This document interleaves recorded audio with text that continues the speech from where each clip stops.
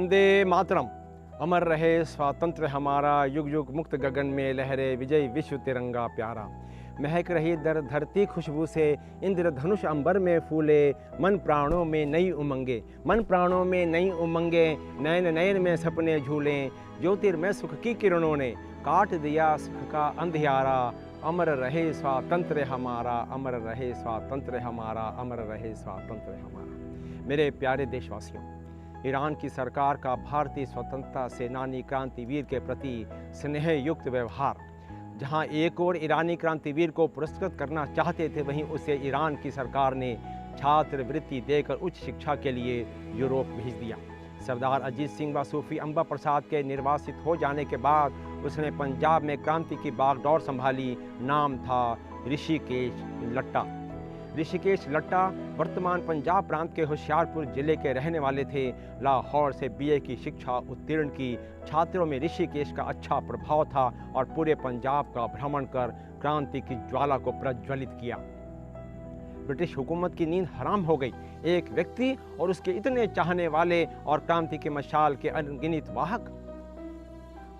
Rishikesh British शासन अब ऋषिकेश को गिरफ्तार कर लेना चाहती थी। ऋषिकेश क्रांति मशाल का नेतृत्व प्रेमपाल को देकर लगभग सन 1907 में ईरान पहुंच गए।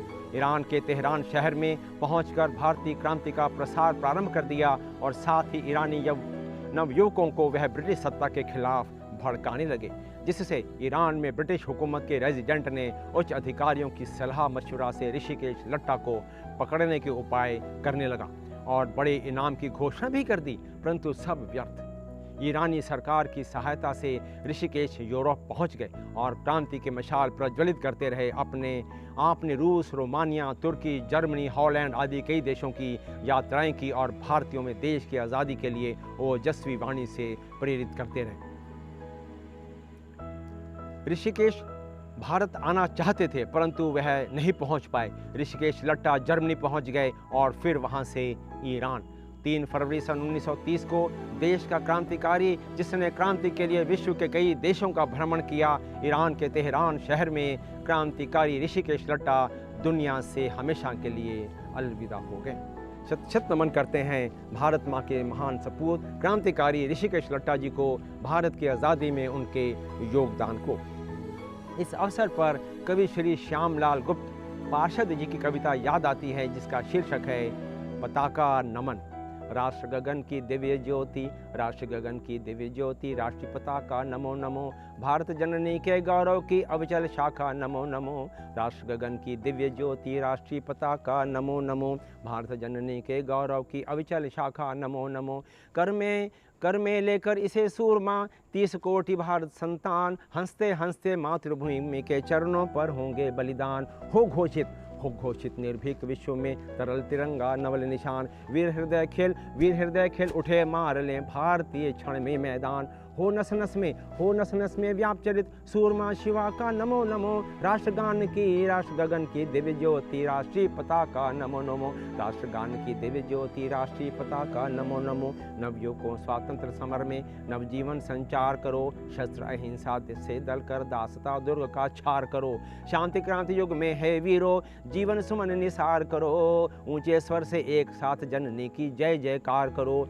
शक्ति देखकर शत्रु शिविर में मचे सना का नमो नमो, राष्ट्र गगन की दिव्य ज्योति, राष्ट्रीय पताका नमो नमो, राष्ट्र गगन की दिव्य ज्योति, राष्ट्रीय पताका नमो नमो।